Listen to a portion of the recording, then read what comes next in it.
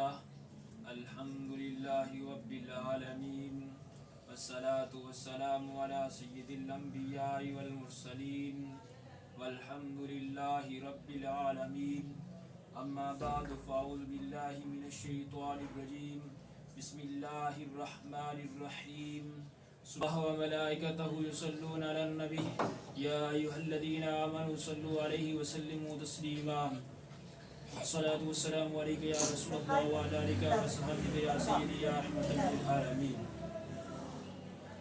حضرات گرامی، سب سے پہلے تعریف خالق کائنات مالک حقیقی دی، ان دے بعد درود لحمدود حبیب جگ کے طبیب احمد مجتبی محمد مصطفیٰ صلی اللہ تعالی علیہ وسلم کی ذات اقدس میں سلام عرض کرنے کے بعد میرے واجب الاحترام سامعین، آج کا جو موضوع ہے میرا وہ ہے معراج النبی صلی اللہ تعالی علیہ وسلم. اندر حضرت انس بن مالک رضی اللہ تعالی عنہ سے روایت ہے کہ رسول اللہ صلی اللہ تعالی علیہ وسلم نے فرمایا، میرے پاس براق لایا گیا جو سفید اور لمبے قد کا تھا، جو خچر سے چھوٹا اور گدھے سے بڑا تھا. صحیح مسلم کے اندر اس سفر کے دوران رسول اللہ صلی اللہ علیہ وسلم نے مختلف انبیاء کرام علیہ السلام سے ملاقات کی. ہر آسمان پر ایک نبی سے ملاقات کا شرف حاصل ہوا اور نماز کا تحفہ دیا گیا. حضرات گرامی، احادیث مبارکہ تو کافی طویل ہیں اور کافی تعداد کے اندر موجود ہیں. میں ایک حدیث پاک کا مفہوم بیان کرنا چاہوں گا. چنانچہ معراج کی رات حضرت جبرائیل علیہ السلام آپ کی بارگاہ کے اندر آئے، کیونکہ حضور علیہ السلام ہر رات عبادت فرمایا کرتے تھے، عبادت کیا کرتے تھے، لیکن معراج کی رات آپ جلدی سو گئے، نماز عشاء کے بعد فوراً سو گئے. حضرت جبرائیل علیہ السلام آئے اور آپ کو معراج کی خوشخبری سنائی. خوشخبری سنانے کے بعد آپ کے سینہ طاہر کو آب زمزم سے دھویا.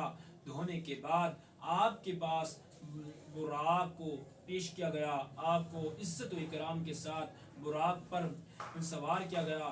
سوار کرنے کے بعد آپ کو مسجد اقصی کی طرف لے گئے. بیت المقدس میں سید المرسلین صلی اللہ تعالی علیہ وسلم نے تمام انبیاء مرسلین علیہ السلام کی امامت فرمائی. پھر وہاں سے آسمان کی سیر کی طرف متوجہ ہوئے. حضرت جبرائیل علیہ السلام نے باری باری آسمان کے دروازے کھلوائے. پہلے آسمان پر حضرت آدم علیہ السلام سے ملاقات ہوئی، دوسرے آسمان پر حضرت یحییٰ اور حضرت عیسیٰ علیہ السلام سے ملاقات ہوئی، تیسرے آسمان پر حضرت یوسف علیہ السلام سے ملاقات ہوئی، چوتھے آسمان پر حضرت ادریس علیہ السلام سے ملاقات ہوئی، پانچویں آسمان پر حضرت ہارون علیہ السلام سے ملاقات ہوئی، چھٹے آسمان پر حضرت موسیٰ علیہ السلام سے ملاقات ہوئی، ساتویں آسمان پر حضرت ابراہیم خلیل اللہ علیہ السلام سے ملاقات ہوئی. حضرات گرامی، یہ ملاقاتوں کا شرف حاصل ہوگا. اس کے بعد آپ کو سیر کرائی گئی اور اس کے بعد سدرۃ المنتہا تک لے جایا گیا اور عجائبات مناظر بھی آپ کو دکھائے گئے. یہاں تک اس جگہ سے آگے بڑھنا چونکہ کسی مقرب فرشتے کو بھی محال ہے، اس لیے اس فرشتے حضرت جبرائیل علیہ السلام نے آپ سے معذرت کی. اس کے بعد حضور علیہ السلام آگے تشریف لے گئے اور اللہ رب العزت کے قرب خاص کے اندر پہنچ کر ترقیاں عطا فرمائی. وہاں تک مخلوق کائنات کے خیال افزار سب محدود ہیں، وہاں تک کسی کا خیال بھی نہیں پہنچتا. وہاں رسول اکرم صلی اللہ علیہ وسلم خاص رحمت و اکرام ہوا، آپ کو انعامات عطا فرمائے گئے، مخصوص انعاموں سے سرفراز فرمایا. زمین آسمان کی بادشاہ ان سے فضل و کرم کی سیر فرمائی گئی. امت کے لیے نمازیں 5 فرض ہو گئیں، یہ تحفہ آپ کو دیا گیا. اس کے بعد آپ جب واپس اپنی جگہ کے اوپر تشریف لائے تو صبح جب یہ واقعہ بتایا، کفار مکہ نے یہ سن کر ویلا اختیار کیا. ویلا اختیار کرنے کے بعد وہ ماننے کو تیار نہیں تھے. انہوں نے بیت المقدس کے تعمیراتی حال کا پوچھا، بیت المقدس کی شکل کے بارے میں پوچھا.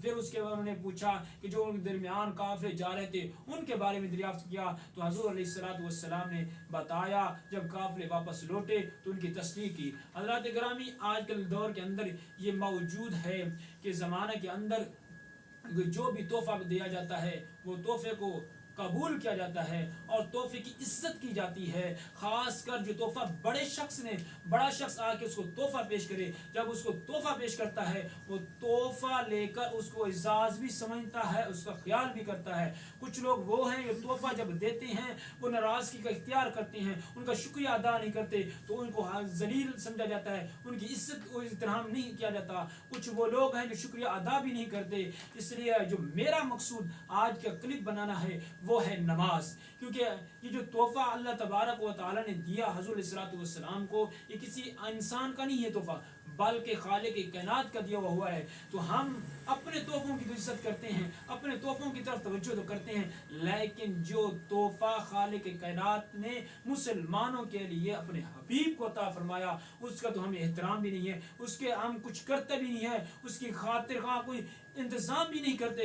کیوں؟ اس کی توجہ نہیں کرتے. آج اگر دیکھ لیا جائے مسلمان کی کثریت میں سے کچھ ایک جماعت ہے, ان میں سے ایک جماعت ہے جو کیا کرتے ہیں, نماز ادا کرتے ہیں, وہ بھی 2 نمازیں 4 نمازیں 3 نمازیں 5 نمازیں نہیں پڑھتے. ان میں صرف ایک جماعت ہے جو 5 نمازیں پڑھتے ہیں, وہ جماعت کے ساتھ نماز نہیں پڑھتے. ایک وہ جماعت ہے جو نمازیں 5 وقت کی پڑھتے ہیں لیکن ٹائم گزار کے نمازیں ادا کرتے ہیں. حضرات گرامی, اپنے تحفوں کا تو احترام کرتا ہے, اپنے تحفوں کی قدر بھی کرتا ہے, لیکن نماز کی فکر نہیں, نماز کی فکر نہیں. حضرات گرامی, یہ یاد رکھنا, نماز, یہی نماز آپ کو جنت میں لے جائے گی. اس کی نماز کی نہ پڑھنے کی وجہ سے آپ جہنم کے حقدار بنو گے. جتنے آپ پرہیزگاری متقی بن جاؤ, اگر نماز پڑھو گے تب ہی جنت حاصل ہوگی. کیونکہ ہم آج کل ہر تحفے کا احترام کرتے ہیں. تو آج یہ میرا میسج ہے تمام امت مسلمہ کو, جہاں تک میری آواز جا رہی ہے, کہ نماز کی پابندی کریں.